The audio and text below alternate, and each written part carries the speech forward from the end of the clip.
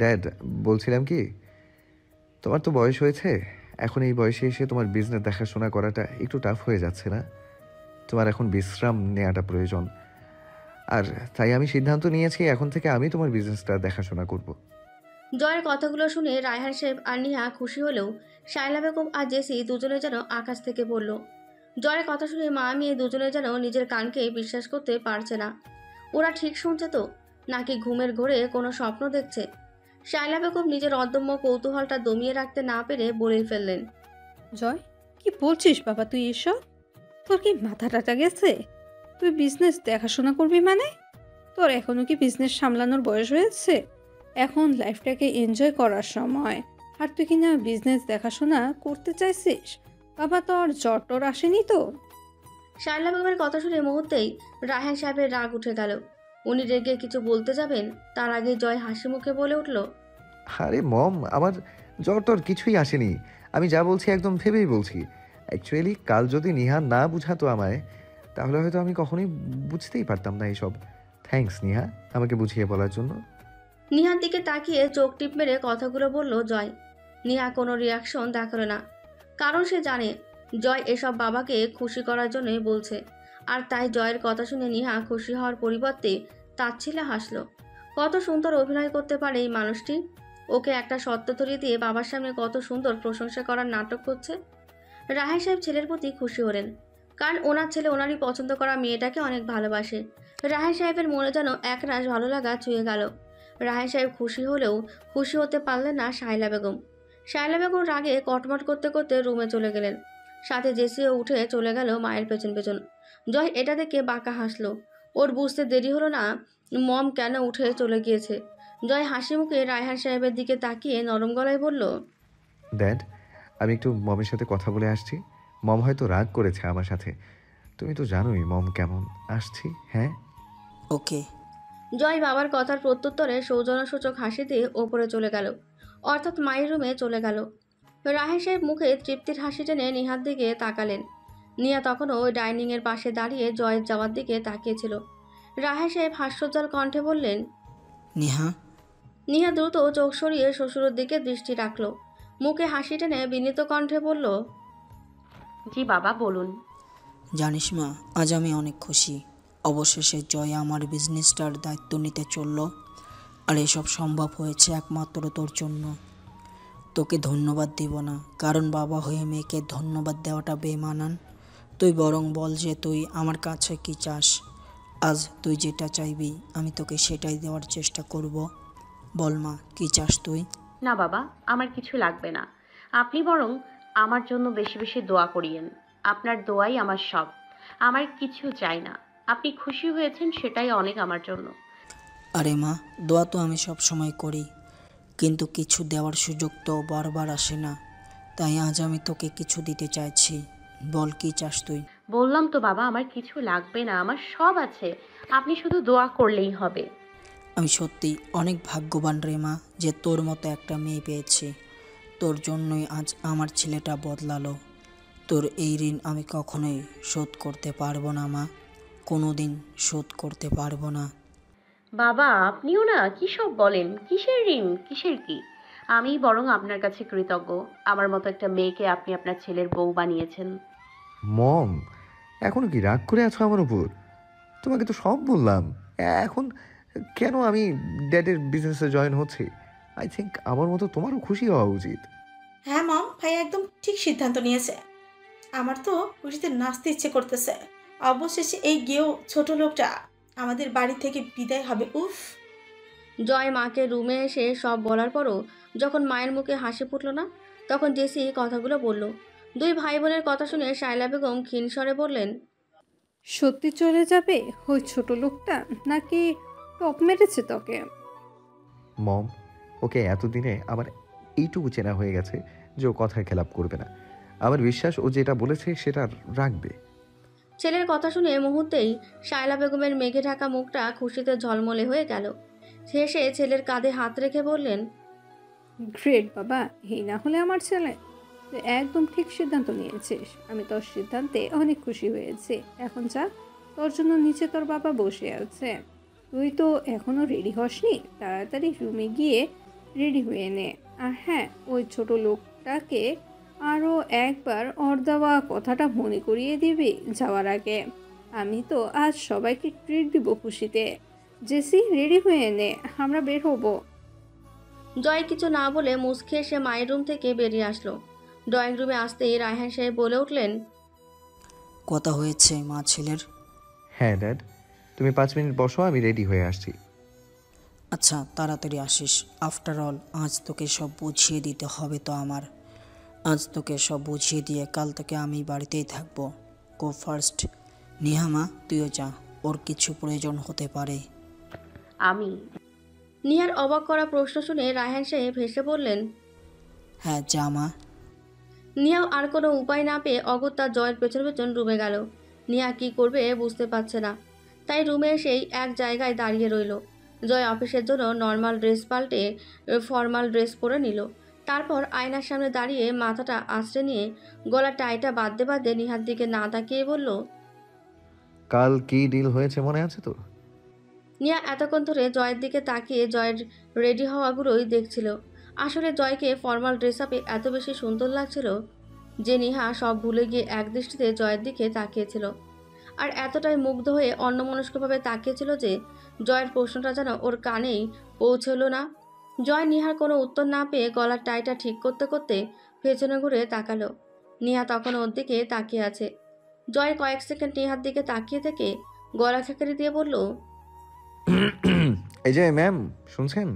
জয় কথাটা একটু জোরে বলাতে নিহা চমকে উঠল, সাথে সাথে আমতা আমতা করে বলে উঠল, জি জি বলুন, কিছু বলছিলেন? বলছিলাম যে কাল রাতে কি ডিল হয়েছিল মনে আছে? মুহূর্তে নিহার বুকটা ধক করে উঠল। ও তো এতক্ষণ ভুলেই গিয়েছিল যে মানুষটার দিকে সে মুগ্ধ হয়ে তাকিয়েছিল এত সময় ধরে, সেই মানুষটা আদেও ওর নয়। সে তো তাকে বিদায় করতে চায়। মানুষটার ভালোবাসা যে সে কখনোই পারবে না। নিজেকে ঠটস্থ করে নিহা জবাব দিল, মনে আছে। গুড, তাহলে মনে থাকে যেন। চাইলে এখন থেকেই গোছগাছ শুরু করে দিতে পারিস। আমি আসছি। আর হ্যাঁ, গুড বাই। বলে জয় হেসে রুম থেকে বেরিয়ে গেল। আর নিহা স্তব্ধ হয়ে ঠিক আগের জায়গায় দাঁড়িয়ে রইল। একরাশ শূন্যতা যেন নিহাকে চারপাশ থেকে ঘিরে ধরল। নিহা দিক বিদিক শূন্য হয়ে তপাস করে খাটে গিয়ে বসে পড়ল। তারপর নিজে নিজেই বিড়বিড় করে আওড়াতে লাগলো, আচ্ছা, আমি কি এমন ভুল করেছিলাম যে আমাকে ভালোবাসা যায় না? কি এমন অন্যায় করেছি যেই এই 1 বছরে ওনার মনে আমার জন্য ভালোবাসার সৃষ্টি করতে পারলাম না? ভেবেছিলাম হয়তো আস্তে আস্তে সব ঠিক হয়ে যাবে। মনে করেছিলাম একদিন না একদিন আমাকে ঠিক বুঝবে, ভালোবাসবে। কিন্তু আমি ভুল ছিলাম। আমি পারলাম না ওনার মনে আমার জন্য ভালোবাসা তৈরি করতে। পারলাম না ওনার মনে আমার জন্য একটু জায়গা করে নিতে। আসলে আমি ব্যর্থ। উনি একদম ঠিক বলেছেন। আমার আসলে ওনার লাইফে থাকার কোনো যোগ্যতাই নেই। যেই মেয়ে 1 বছরেও স্বামীর মন জয় করতে পারে না, তার আসলে স্বামীর ঘরে থাকাটাই মানায় না। আমি চলে যাব, অনেক দূরে চলে যাব, আর কখনো ওনার জীবনে ফিরে আসবো না। কথাগুলো বলতে বলতে নিজের অজান্তেই চোখের কোণ বেয়ে দুফটা জল গড়িয়ে পড়ল নিহার। তবে সন্তর্পণে সে তা মুছেও নিল। আর সে কাঁদবে না, এই চোখের পানিগুলো সে আর বের হতে দিবে না। নিহা নিজেকে সামলে নিয়ে আস্তে আস্তে একটা একটা করে কাপড় গুছাতে মনোযোগ দিল। এখনই সব গুছিয়ে নেওয়া উচিত, কারণ দুপুরের পরপরই বের হতে হবে, নয়তো ট্রেন মিস হয়ে যাবে। অন্যদিকে রায়হান সাহেব ছেলেকে অফিসে এনে সবার সাথে পরিচয় করিয়ে দিতে লাগলেন, এই বলে যে এখন থেকে জয়ই অফিসের নতুন এমডি। তাই রায়হান সাহেবের কথায় সবাই জয়কে স্যার বলে সম্বোধন করতে লাগলো। যদিও জয়কে সবাই আগে থেকে চেনে, কিন্তু অফিসে তেমন আসতো না বলে সবাই স্যার বলে সম্বোধন করতো না, জাস্ট সালাম বিনিময় করেই চলে যেত। কিন্তু আজ থেকে যেহেতু সেই অফিসের বস, তাই সবাই স্যার বলে সালাম বিনিময় করে পরিচয় পর্ব সারতে লাগলো। সবার সাথে পরিচয় পর্ব শেষ হলে রায়হান সাহেব ছেলেকে নিয়ে কেবিনে গেলেন। তারপর নিজের চেয়ারটার পেছনে গিয়ে দাঁড়িয়ে চেয়ারের হাতলের ওপর 2 হাত রেখে হেসে বললেন, আয় বাবা, বস এখানে। এতদিন এটা আমার আসন ছিল, আজ থেকে এই আসনে তুই বসবি। এখন থেকে এই চেয়ারটা তোর। অবশ্য আজ তোকে বেশি সময় থাকতে হবে না এখানে, কারণ আজ প্রথম দিন এসেছিস। তাই আজ জাস্ট সব বুঝে নিবি, দেন কাল থেকে পার্মানেন্টলি অফিসে বসবি। কি হলো, এখনো দাঁড়িয়ে আছিস কেন? আয় বস। জয় বাবার কথা মতো চেয়ারে গিয়ে বসলো। রায়হান সাহেব এবার টেবিলের অপর পাশে জয়ের মুখোমুখি চেয়ারে এসে বসলেন। তারপর ছেলের দিকে তাকিয়ে হাস্যোজ্জ্বল কণ্ঠে বললেন, তো এখন কেমন লাগছে? জয় গয়ের কোটটা ঠিক করতে করতে বলল, ভালো ড্যাড, অন্যরকম একটা ফিলিং হচ্ছে, যেটা আগে কখনো হয়নি। Honestly speaking, I am feeling good. যাক, ভালোই হলো তাহলে। জানিস আজ আমি কতটা খুশি তোর ওপর। আমি জানতাম তুই একদিন না একদিন বুঝবি, আর আজ সেই দিনটা অবশেষে আসলো। আমি খুব খুশি, আজ খুব খুশি। জয় অবাক হয়ে ওর বাবার দিকে তাকিয়ে রইল। আসলে সে অবাক হয়েছে নাকি মুগ্ধ হয়েছে বাবার আচরণে, সেটাই বুঝতে পারছে না। তবে আজ কেন যেন বাবার মুখে তৃপ্তির যে হাসিটা দেখছে জয়, সেটা সে আজীবন দেখতে চায়। আর এই হাসিটা সম্ভব হয়েছে একমাত্র নিহার জন্য। নিহা না বোঝালে হয়তো কখনো বুঝতোই না সে, তবে বেশি সময় ভাবল না সে। সব ভাবনা একপাশে রেখে বাবাকে আশ্বস্ত করে বলল, ড্যাড, আজ থেকে তুমি একদম টেনশন মুক্ত। তোমাকে এই বিজনেস ডিল, ক্লায়েন্ট এসব নিয়ে আর টেনশন করতে হবে না। আজ থেকে আমার উপর সব ছেড়ে দাও। ট্রাস্ট মি, আমি তোমাকে নিরাশ করব না। আমাকে যে বিশ্বাস করে নিজের একটু একটু করে গড়ে তোলা বিজনেসটা হাতে তুলে দিয়েছো, আমি সেটার মূল্য রাখবো। I promise dad. রাহাই সেই বাবারও তৃপ্তি ভরা প্রশস্ত একটা হাসি টেনে নিলেন মুখে। তারপর বাবা ছেলে মিলে বিজনেস সংক্রান্ত কথা বললো ব্যাপক সময় ধরে। রাহাই সেই অফিসের সবকিছু বুঝিয়ে দিতেই আর জয় সবকিছু বুঝে নিতে নিতে দুপুর 2টা বেজে গেল। জয়, বাবা তোর এখন ছুটি, এখন তুই যেতে পারিস। আজ আর অফিসে আসতে হবে না, কাল থেকে একেবারে আসিস। আজ শুধু তোকে সব কিছু বুঝিয়ে দেওয়ার জন্যই আনলাম, নয়তো কাল থেকেই জয়েন হতে বলতাম। বাবার মুখে এখন ছুটি কথাটা শুনে জয় অবাক কণ্ঠে বলল, ড্যাড, তোমাদের অফিসে কি দুপুর 2টা বাজেই ছুটি দিয়ে দেওয়া হয়?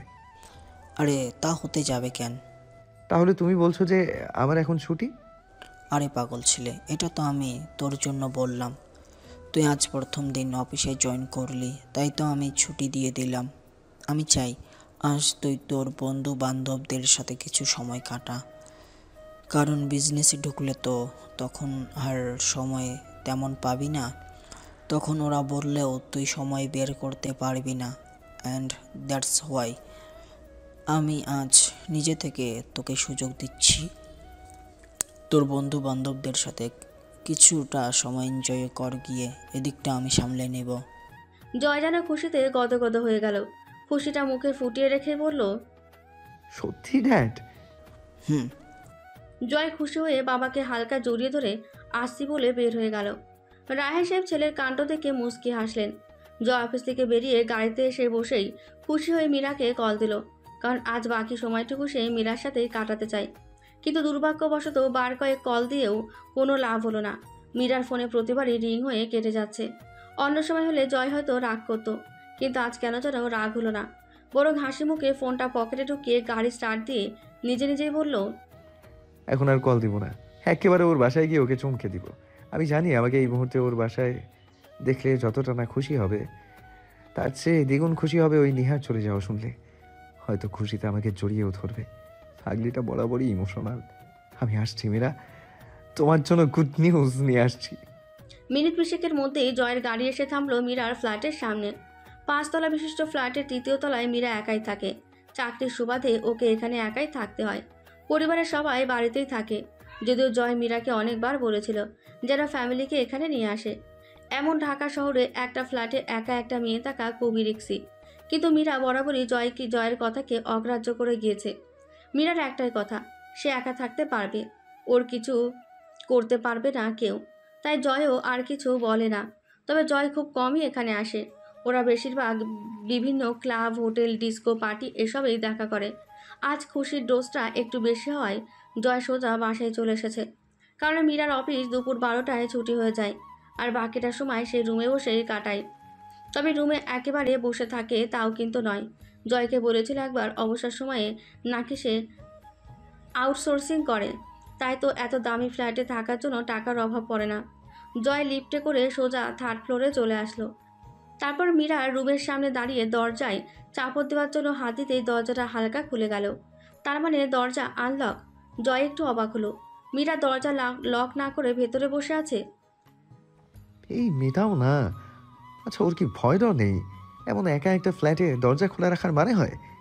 দরজাটা লক করতেও কি মনে থাকে না? যত সব। আজ ওকে এই বিষয়ে সাবধান করতেই হবে। নয়তো না জানি আবার কি অঘটন ঘটে যায়। আজ এর একটা বিহিত করতেই হবে। কথাগুলো নিজে নিজে বলে জয় যেই না দরজাটা সরিয়ে ভেতরে ঢুকলো, তখনই কিছু আপত্তিকর কথা আর হাসির আওয়াজ শুনে জয়ের পাজোড়া সেখানেই থেমে গেল। শিহাব, তুমি কিন্তু দিন দিন ভারী অসভ্য হয়ে যাচ্ছ। এতটা ডেসপারেট হও কেন বলো তো? প্রতিদিন 3 ঘন্টা করে সময় দেওয়ার পরেও কি তোমার মন ভরে না? হো জান, তুমি বুঝো না কেন বলো তো? তোমাকে কাছে পেলে যে আর ছাড়তে ইচ্ছে করে না। তোমাকে কি করে বোঝাবো যে তোমাকে 3 ঘন্টা সময়ের জন্যে কাছে পেলে আমার পোষায় না। মীরার সাথে একটা ছেলের কণ্ঠ শোনা যাচ্ছে। জয়ের বুঝতে দেরি হলো না কথাগুলো বেডরুম থেকে আসছে। মুহূর্তে যেন রাগে জয়ের চোখ মুখ রক্তবর্ণ ধারণ করলো। এক মুহূর্ত দাঁড়িয়ে না থেকে গদগদ পায়ে এগিয়ে গিয়ে মীরার বেডরুমের দরজাটা ধাক্কা দিয়ে খুলে ফেলল। দরজা খুলে সামনে তাকাতে জয় যেন 440 ভোল্টের শক খেলো। মীরাকে সেই অবস্থায় দেখবে সেটা কখনো কল্পনাও করেনি। মীরা কিনা ওকে ধোকা দিল। জয় নিজের চোখকে বেশিক্ষণ সেদিকে ধরে রাখতে পারল না। দ্রুত চোখটা নিচের দিকে নামিয়ে নিল। নিচের দিকে তাকিয়ে ঝাঁঝালো কণ্ঠে বলল, বাহ, আজকাল তাহলে আউটসোর্সিংয়ের নামে রুম ডেটও হয়? হঠাৎ কারো আওয়াজ কানে আসতেই মীরা আর শিহাব দুজনে চমকে দরজার দিকে তাকালো। আর জয়কে দেখতে পেয়ে দুজনে যেন অবাকের চরম পর্যায়ে পৌঁছে গেল। জয় নিচের দিকে তাকিয়ে আছে। মীরার মুখ থেকে অস্পষ্ট স্বরে বের হলো, জয়? জয় এই মুহূর্তে এখানে আসবে সেটা মীরা বা শিহাব কেউই যেন কল্পনাও করেনি। জয়কে দেখে দ্রুত দুজনে অপ্রস্তুত হয়ে সেই অপ্রীতিকর অবস্থা থেকে উঠে নিজেদের সামলাতে ব্যস্ত হয়ে পড়ল। আর মিনিটের মধ্যে দুজনে নিজেকে আবৃতও করে নিল। মীরা গুটি গুটি পায়ে জয়ের সামনে গিয়ে দাঁড়িয়ে আমতা আমতা করে বলল, জয়, তুমি এ সময় এখানে? কেন, ডিস্টার্ব করলাম নাকি? আসলে কি বলো তো, ভুলটা আমার নয়, ভুলটা তোমারই। এমন প্রাইভেট টাইম স্পেন্ড করার সময় দরজা অ্যাটলিস্ট বন্ধ রাখতে পারতে। আমি তাহলে আর এসব দেখতাম না। জয়, আসলে সব নিজের কানেই শুনলাম, আর কিছু বলার দরকার নেই। আমার ভাবতেই ঘৃণা হচ্ছে যে আমি তোর মতো একটা মেয়েকে ভালোবেসেছিলাম। ছি মীরা, ছি, তুই এতটা লেম মাইন্ডের আমার আগে জানা ছিল না। আমি যদি আগে জানতাম তুই এমন নীচ স্বভাবের, তাহলে তোকে ভালোবাসা তো দূর, তোর সাথে কখনো কথাই বলতাম না। তোর মতো মেয়েরা তো কারো ভালোবাসা পাওয়ার যোগ্যতাই রাখিস না। সাথে সাথে মীরা তাচ্ছিল্য হেসে উঠল। তাচ্ছিল্য হেসে বলল, আরে তুই আমাকে কি ভালোবাসবি? আমি তো তোকে ভালোবাসি না। তোর মতো ছেলেকে কে ভালোবাসে? হ্যাঁ, তোকে তো প্লে বয় বললেও ভুল হবে না। তোর তো একটা দিয়ে হয় না। তোর ঘরে একজন লাগে, আবার বাইরে একজন লাগে। তুই তো হ্যাবি মাল রে। তুই কি মনে করেছিস তোর সাথে দেখা করেই কথা বলি, পার্টি ক্লাব এসবে যাই বলে তোকে আমি ভালোবাসি? তাহলে বলবো তুই ভুল ভাবছিস। কারণ আমি নিহার মতো অতটাও বোকা নই যে নিজের স্বামীকে অন্য কারো হাতে তুলে দেব। আমি অতটাও মহৎ নই। আমি তো জাস্ট তোর সম্পত্তির জন্য তোর সাথে ভালোবাসার অভিনয় করতাম। ভেবেছিলাম তোকে কোনো রকম বিয়েটা করে তোর সব সম্পত্তি নিজের নামে করে নেব। কিন্তু তুই তো আমাকে বিয়েও করবি না, আর তোর সম্পত্তিও আমি আর এই জন্মে পাবো না। তাই ভাবলাম তোর জন্য আর অপেক্ষা না করে নিজের লাইফটা এবার সেটেল করে নিই। তুই কি মনে করেছিস? হ্যাঁ, তুই বিয়ে করে বউ নিয়ে রাত কাটাবি, আর আমি তোর অপেক্ষায় সন্ন্যাসী হয়ে বসে থাকবো? সেটা মোটেও না। তুই যেমন বিয়ে করে নিজের সুখটা খুঁজে নিয়েছিস, তেমন আমিও আমার সুখটা খুঁজে নিলাম, হিসাব বরাবর। তোর জন্য শুধু শুধু। বাকি কথা আর শেষ করতে পারল না মীরা। তার আগে জয় সজোরে একটা থাপড় বসিয়ে দিল মীরার গালে। জয় শক্ত হাতে চড় খেয়ে মীরা গালে হাত দিয়ে হা হয়ে তাকিয়ে রইল জয়ের দিকে। ওর যেন বিশ্বাসই হচ্ছে না জয় ওকে থাপ্পড় দিয়েছে। ব্যাস, অনেক হয়েছে তোর লেকচার শোনা। আর না, তুই কি ভেবেছিস তুই বলবি আর আমি গা পুরুষের মতো চুপচাপ শুনে চলে যাব? তা তো হবে না। এতক্ষণ তুই বলেছিস, এখন আমি বলবো। আরে তুই কাকে প্লে বয় বলছিস? হ্যাঁ, যে তোকে পাগলের মতো ভালোবাসতো তাকে, নাকি যে তোর পথ চেয়ে এখনো বিয়ে হওয়ার 1 বছর পরেও নিজের স্ত্রীকে ছুঁয়ে পর্যন্ত দেখেনি তাকে? তোর জন্য, শুধু শুধু তোর জন্য আমি আজ পর্যন্ত নেহাকে নিজের স্ত্রী হিসেবে মেনে নিইনি। শুধু তোকে ভালোবাসি বলে আমি ওকে স্ত্রীর অধিকার দিইনি। যে আমি এক ঘরে থেকেও নিজের স্ত্রীকে স্পর্শ করে দেখিনি আজ পর্যন্ত, তুই তাকে প্লেবয় বলছিস? আর আমি তো তোর জন্য সব ছেড়ে দিতে রাজি ছিলাম, আর তুই কিনা আমাকে প্লে বয় বানিয়ে দিলি। বাহ বাহ বাহ বাহ, তুই তো পারিস বটে। তোদের মতো মেয়েরা আসলে সব করতে পারে। তুই নিজেও তো আস্ত একটা প্লে গার্ল, তাই আমাকেও তোর মতো ধরে নিয়েছিলি। বাট আফসোস, তুই খুব বড় ভুল করলি। তবে একটা জিনিস ভালোই হয়েছে, আর সেটা হলো তোকে আমি চিনতে পেরেছি। তোদের মতো মেয়েদেরকে আসলে শুধু বিছানা পর্যন্তই নেওয়া যায়। ভালোবাসাটা সেই সব তোদের জন্য না। তোরা তো পুরুষের টাকা আর শরীরই চিনিস। তোদের কাছে তো ভালোবাসার কোনো মূল্য নেই। তুই বলেছিলি না আমার সম্পত্তির জন্য আমার সাথে ভালোবাসার অভিনয় করেছিলি? তা তোকে আর করতে হবে না, কারণ আজ থেকে না আমি তোকে চিনি, আর না তুই আমাকে চিনবি। আসছি, গুড বাই। কথাগুলো বলে জয় আর 1 সেকেন্ডও সেখানে দাঁড়ালো না। দ্রুত পায়ে মীরার বাসা থেকে বেরিয়ে গেল। আর মীরা সেখানে থ হয়ে দাঁড়িয়ে রইল। আসলে কিছু সময়ের মধ্যে ওর সাথে কি হয়ে গেছে সেটাই বুঝতে পারছে না সে। সব কিছু মাথায় আসতেই ধপ করে বিছানায় বসে পড়ল মীরা। রাগের বশে জয়কে সব বলে দিয়ে খুব বড় ভুল করেছে সেটা মীরা বুঝতে পারছে। জয়কে এভাবে সব বলে দেওয়া উচিত হয়নি। মীরাকে ধপ করে বসে পড়তে দেখে সিয়াব চিন্তিত কণ্ঠে বলল, মীরা, ঠিক আছো তুমি? আমার সব শেষ হয়ে গেছে শিহাব, সব শেষ হয়ে গেছে। মানে? মানে হলো আমি রাগের বশে আমার খারাপ উদ্দেশ্যের কথা জয়কে বলে দিয়ে অনেক বড় ভুল করেছি। আমি নিশ্চিত জয় আমাকে জেলের ভাত না খাইয়ে ছাড়বে না। তাহলে এখন কি করতে চাও? কাটা উপরে ফেলো। মানে তুমি যা বলছো ভেবে বলছো তো? আমি একদম ভেবে চিনতে বলছি। গো ফার্স্ট, চলো আমিও যাব তোমার সাথে। এইভাবে দিনের বেলা নাইটি পরে বের হবে তুমি? লোকে কি বলবে? গাড়ি তো এনেছো নিশ্চয়ই? হ্যাঁ, এসেছি। তাহলে বেশি বক বক না করে তাড়াতাড়ি চলো, নয়তো পাখি ফ্রুত হয়ে যাবে। বলে দুজনে দ্রুত বাসা থেকে বেরিয়ে পড়ল। মামা, আর কতক্ষণ লাগবে ট্রেন ছাড়তে? প্রায় 8 ঘন্টা ধরে সিটে বসে আছি। 3:30টায় ছাড়বে বলে 4টা বাজতেছে, এখনো তো ছাড়ার নামগন্ধ নেই। ট্রেনে জানালার পাশে একটা সিটে বসে বিরক্ত হয়ে কথাগুলো বলল নিহা। পাশে একজন বয়স্ক মহিলা বসেছেন। বয়স্ক হবে হয়তো 50-এর ঊর্ধ্বে। ট্রেনের টিকিট কালেক্টর যখন বয়স্ক মহিলাটির থেকে টিকিট কালেক্ট করতে আসলো, তখনই কালেক্টরকে কথাগুলো বলল নিহা। নিহার আসলে খুব বিরক্ত লাগছে। 4টে বাজতে 4 এখনও ট্রেন ছাড়ছে না। এত দেরিতে ট্রেন ছাড়লে সে বাড়িতে যেতে যেতে রাত তো 10টা বাজবে। আসলে ট্রেনের এই একটা সমস্যা, আগে যদি টিকিট না কেটে রাখা হয় তাহলে বোঝা যাবে কত ধানে কত চাল। কালেক্টর কিছু না বলেই চলে গেলেন। হয়তো উনি নিজেও জানেন না ট্রেন কখন ছাড়বে। নিহা বিরক্ত নিয়ে সিটে হেলান দিয়ে চোখ বন্ধ করে নিল। আর তখনই হঠাৎ করে নিহার পার্সে থাকা মোবাইল ফোনটি হনহনিয়ে বেজে উঠল। এই সময় কল আসবে নিহা সেটা আশা করেনি। আর তার চেয়েও বড় কথা হলো, ও যে কখন ভুল করে মোবাইলটা পার্সে নিয়েছে সেটাও জানে না। মনে থাকলে হয়তো ফোনটা কখনোই নিত না। নিহা সোজা হয়ে বসে পার্স থেকে মোবাইলটা বের করতে করতে বিরক্ত হয়ে বলল, এই সময় আবার কে কল করেছে? কেন যে ভুল করে মোবাইলটা আনতে গেলাম। নিহা এসব বিড়বিড় করতে করতে মোবাইলটা চোখের সামনে এনে ধরলো। আর সাথে সাথেই হাতটা অটোমেটিকই মুখে চলে গেল। কার কলটা? আর কারো নয়, রায়হান সাহেবের। কি এই সময় বাবার ফোন? বাবা আবার কল দিচ্ছে কেন? কি করব এখন? কল কি রিসিভ করব নাকি করব না? রিসিভ না করলে তো আবার বাবা কষ্ট পাবে। আর তাছাড়া জরুরি কোনো প্রয়োজনও তো কল দিতে পারে। কথাগুলো নিজের মনে আওড়াতে আওড়াতে এরই মধ্যে 2বার রিং হয়ে কেটে গেল। 3য়বার রিং হতে নিহা চিন্তায় পড়ে গেল। আচ্ছা, কলটা কি রিসিভ করা উচিত? এতবার কল দেওয়ার নিশ্চয়ই কোনো কারণ আছে, নয়তো বাবা তো কখনো এতটা কল একসাথে দেয় না। না, কলটা রিসিভ করেই ফেলি, যদি বিশেষ কোনো কারণে কল করে থাকে। নিহা এসব ভেবে ফোনটা রিসিভ করে কানের কাছে ধরল। নিহা কিছু বলে ওঠার আগেই ওপাশ থেকে কান্না মিশ্রিত কণ্ঠে ভেসে আসলো, নিহামা, তোর এক্ষুনি সিটি হাসপাতালে চলে আয়। জয় অ্যাক্সিডেন্ট করেছে। সাইল আর জেসিকেও বল।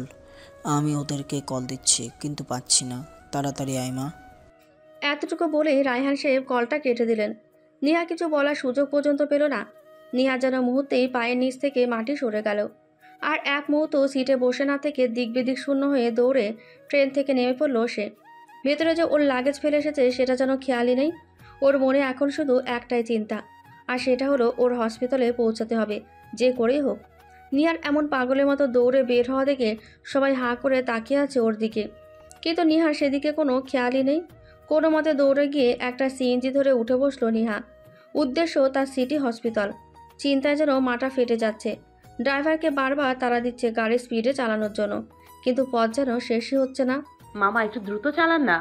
ড্রাইভার সামনের লুকিং গ্লাস দিয়ে নিহাকে একবার ভালো করে দেখে নিয়ে গাড়ির স্পিড আরও একটু বাড়িয়ে দিল। ড্রাইভার হয়তো নিহার অস্থিরতাটা বুঝতে পেরেছে। প্রায় আধ ঘন্টা পর নিহা সিএনজি এসে থামলো হসপিটালের সামনে। সিএনজির ভাড়াটা কোনো মতে চুকিয়ে তাড়াহুড়ো করে ফাঁকা মস্তিষ্ক নিয়ে দৌড় দিল হসপিটালের ভিতরে।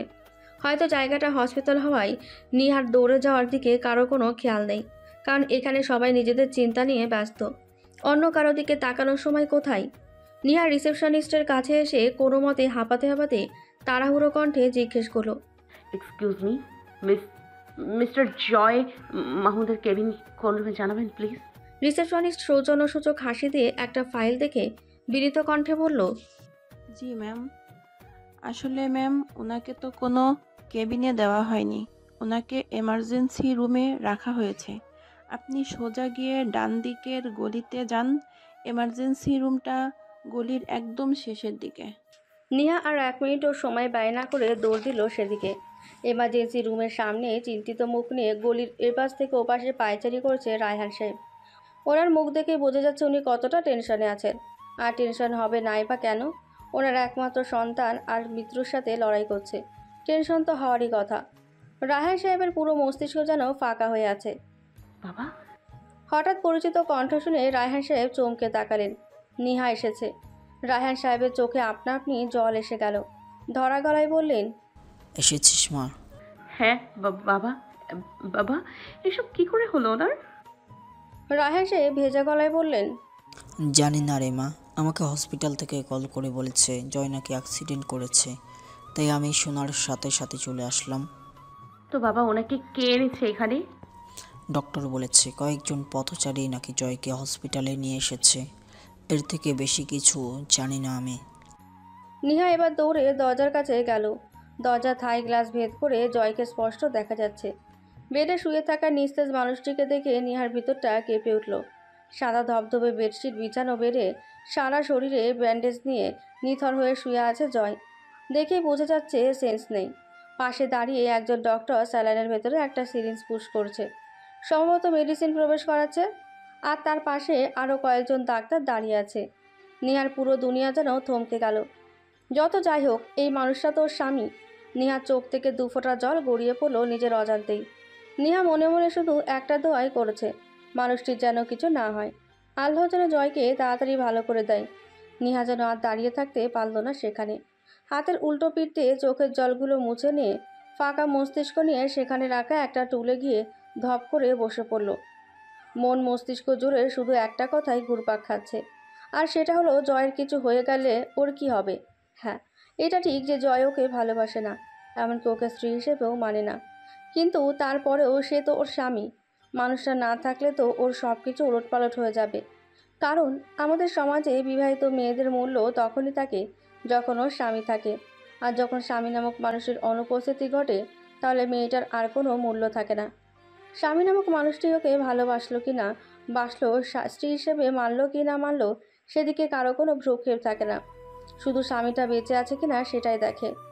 নিহা যখন ভাবনার অতল সাগরে ডুবন্ত, তখনই চেঁচামেচির আওয়াজে নিহার ধ্যান ভাঙে। ভাবনার সুতো ছিঁড়ে সামনে তাকিয়ে দেখে শাশুড়ি আর ননদ এসেছে। সায়রা বেগম তো রীতিমতো পুরো হসপিটাল মাথায় তুলে ফেলেছেন।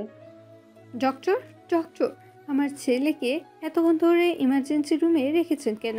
আপনারা কি ট্রিটমেন্ট করছেন যে একটা সামান্য অ্যাক্সিডেন্ট হওয়া রোগীকে এখনও ইমার্জেন্সি রুম থেকে বের করে নর্মাল বেডে দিতে পারছেন না? আপনারা কি ঘাস কাটছেন? আমি বলে দিচ্ছি, আমার ছেলে যদি ঠিক না হয় তাহলে পুরো হাসপাতালকে আমি হেল করে দেব। সব কটা ডাক্তারকে আমি জেলের ভাত খাইয়ে ছাড়বো। নিহা আস্তে আস্তে উঠে দাঁড়ালো। শায়লা বেগমকে কিছু বলার সাহস নেই ওর, তাই সেখানে দাঁড়িয়ে আছে। রায়হান সাহেব স্ত্রীর চেঁচামেচিতে অতিষ্ঠ হয়ে স্ত্রীকে ধমক দিয়ে বলে উঠলেন, শাইলা, কি করছোটা কি? এমন চিল্লানোর মানে কি? গত 2 ঘন্টা ধরে কোনো খবর ছিল না তোমাদের মামের, আর এখন এসেছ দরদ দেখাতে? পুরো হসপিটাল মাথায় তুলছো কেন? আসতে এতক্ষণ আধিক্যতা দেখাতে। তুমি তো মা নামের কলঙ্ক। ছেলের বিপদে যাকে ফোন করেও পাওয়া যায় না, সে আসছে ডাক্তার আর হসপিটালের বিচার করতে। ড্যাড, মমকে বকো না।